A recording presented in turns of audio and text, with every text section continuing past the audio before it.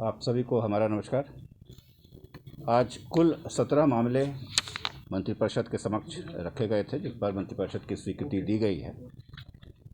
और पहला मामला है कि भारत सरकार के जो गृह विभाग से संबंधित है, भारत सरकार के इंडिया रिजर्व पैटर्न पर जो सृजित अतिरिक्त IR बटालियन हैं, उनके पदों को पुनर्नामांकन किया गया है और कुछ को सामंजन करते हुए कुछ को सरेंडर अभ्यर्पण किया गया है। इसके संबंध में डिटेल्स आपको हम बताएंगे। दूसरा है कि गृह विभाग का ही कि राज्य में आतंकवाद, सांप्रदायिक नक्सली हिंसा और सीमा पार से गोलीबारी और बारूदी सुरंग विस्फोट से जो पीड़ित सिविल व्यक्ति हैं, उनको जो सहायता राशि दी जाती है, उसके राशि दिए जाने के जो प्रक्रिया है उसमें कुछ कतिपय संशोधन किए गए हैं।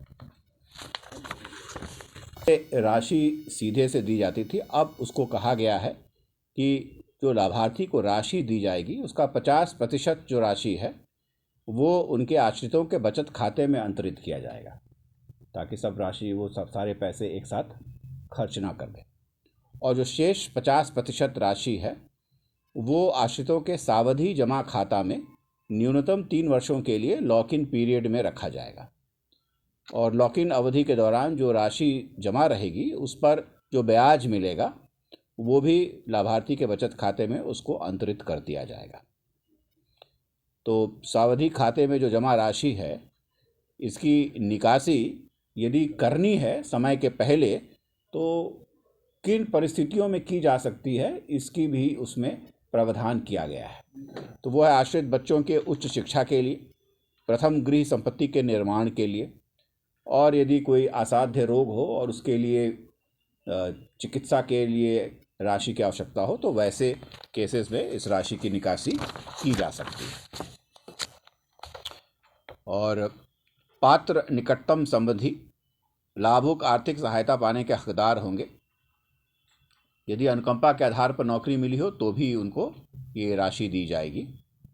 और सुरक्षा संबंधी व्यय जो जिला के लाभुक निकटतम संबंधी केंद्रीय योजना के अंदर जो उनको मिलेगा उनको भी ये राशि के हकदार होंगे। तो ये कुछ महत्वपूर्ण संशोधन उसमें किए गए हैं, लेकिन मुख्यतः जो मैंने आपको बताया कि उस राशि को 50-50% में विभक्त करके उसे दिया जाएगा, ताकि एक लंबी अवधि तक वो राशि उस परिवार के काम आ सके। गृह विभाग के अन्य निर्णय में बिहार पुलिस हस्तक 1978 का जो नियम है 645 और 724 उसमें परिशिष्ट 71 और नियम 2 में जो योग्यताएं हैं उसमें कुछ निचली उम्र की सीमा में संशोधन किया गया है। ये डिस्कशन ये मैं अभी आपको बताता हूँ इसकी इश्यू पर। पर्यावरण, वन एवं जलवायु परिवर्तन विभाग के द्वारा 10 करोड़ रुपए बिहार आकस्मिकता निधि से ली गई है, BCF से।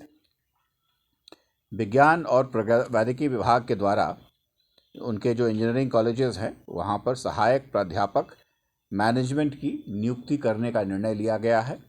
और उसके लिए जो उनकी जो नियमावली है उसमें मुजफ्फरपुर में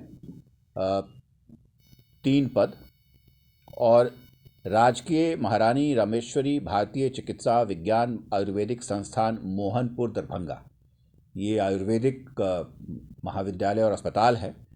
तो वहाँ पर जो CCIM है, जो भारतीय चिकित्सा केंद्रीय परिषद है, उसका जो न्यूनतम अर्हता है उसके तहत 14 प्राध्यापक के पद सृजन करने की स्वीकृति आज मंत्रिपरिषद के द्वारा दी गई है। इसी प्रकार से सामान्य प्रशासन विभाग के द्वारा लाया गया एक अन्य प्रस्ताव में बिहार प्रशासनिक सुधार मिशन सोसाइटी पटना के तहत जो उनके कर्मी हैं उनको वेतन इत्यादि देने के लिए बिहार आकस्मिकता निधि से 58 करोड़ रुपए की अग्रिम की स्वीकृति ली गई है। कला संस्कृति युवा विभाग के द्वारा बिहार राजकीय संग्रहालय लिपिकीय संवर्ग भर्ती एवं सेवा शर्त नियमावली 2021 के गठन की स्वीकृति दी गई है, तो ताकि उनके द्वारा अब इस बिंदुओं पर नियुक्ति की जो प्रक्रिया है वो प्रशस्त हो सके। शिक्षा विभाग के द्वारा एक महत्वपूर्ण फैसले में ये निर्णय लिया गया है कि जो 4 योजनाएं हैं जिसके तहत हम अपने स्कूली बच्चे एवं बच्चियों को पोशाक के लिए पैसे देते हैं। मुख्यमंत्री पोशाक योजना, मुख्यमंत्री बालिका पोशाक योजना, मुख्यमंत्री बालक पोशाक योजना और बिहार शताब्दी मुख्यमंत्री बालिका पोशाक योजना। तो ये पैसे अभी हम डीबीटी कर देते हैं बच्चों के अकाउंट में और वो अपने विवेकानुसार अपना जहाँ से भी वो कपड़े पोशाक खरीदते हैं। इसमें सरकार ने निर्णय लिया है कि अब हमारी जो जीविका के जो समूह हैं वो हर गांव में कार्यरत हैं और इंडस्ट्री डिपार्टमेंट के तहत जो उद्यमिता विकास से संबंधित जो क्लस्टर्स हैं वो भी अब हर ज़िले में और हर ब्लॉक लेवल पर भी ये कार्यरत हो गए हैं। तो अब उनके माध्यम से ही पोशाक की सिलाई कराई जाएगी, ऐसा सरकार ने निर्णय लिया है। और ऐसा किए जाने के लिए जो स्थानीय स्तर पर जो उत्पादित वस्त्र है, जैसे स्थानीय स्तर पर खादी हो, हैंडलूम हो या पावरलूम हो, किसी भी मामले से, तो जो वहाँ जो कपड़ा उत्पादित हो रहा है उनको पोशाक की सिलाई में प्राथमिकता दी जाएगी, ताकि ये जो राशि जा रही है इससे जो स्थानीय ग्रामीण आर्थिक परिवेश है वो ज़्यादा सुदृढ़ हो सके और जो जीविका समूह से जुड़ी हुई महिलाएं हैं उनको भी कार्य मिलेगा, उनकी उद्यमशीलता बढ़ेगी और उनकी भी आर्थिक स्थिति सुदृढ़ होगी। इसके लिए जो विस्तृत दिशा निर्देश है वो कैसे किया जाएगा, मार्गदर्शिका जो है वो शिक्षा विभाग, ग्रामीण विकास विभाग, इंडस्ट्री विभाग और वित्त विभाग के परामर्श से तैयार करके निर्गत करेगा, ताकि अगले वित्तीय वर्ष से इस योजना को हम चरणबद्ध तरीके से चालू कर सकें। यदि कोई आप इसी प्रकार से सामान्य प्रशासन विभाग के द्वारा संविदा के आधार पर नियोजन की जो प्रक्रिया और मार्गदर्शक सिद्धांत है वो आज कैबिनेट में लाए गए हैं और उसका जो मुख्य जो संविदा के आधार पर नियोजन स्वीकृत पदों के विरुद्ध ही करना है। और ऐसा जो नियोजन है वो 2 परिस्थिति में किया जा सकता है। एक है कि कुछ योजनाओं जिनका कार्यकाल सीमित है, और दूसरे जो हैं कि यदि पद स्थायी हैं और जो बिहार लोक सेवा आयोग है या सरकार के जो अन्य नियुक्ति प्राधिकार हैं वहाँ पर विलम्ब हो रही हो, तो सामान्यतः वैसे पदों पर संविदागत नियुक्ति की जा सकेगी। दूसरी है कि जो प्रक्रिया है वो प्रक्रिया स्वीकृत पदों या ऐसे पदों के विरुद्ध में जो प्रक्रियाएं रहेंगी, जो एजुकेशनल क्वालिफिकेशन है वो वही रहेगा जो स्वीकृत पदों के लिए होता है। तो उसमें किसी प्रकार का फेरोबदल नहीं किया जा सकता है। जो अहर्ताएँ हैं वो स्वीकृत पद के लिए जो अहर्ता रहेंगी उसी के आधार पर उसे किया जा सकेगा। और पदों को विज्ञापित किया जाना आवश्यक होगा। उसके लिए रोस्टर का जो निर्धारण किया जाता है सरकार के नीति अनुसार वो भी किया जाना अनिवार्य होगा।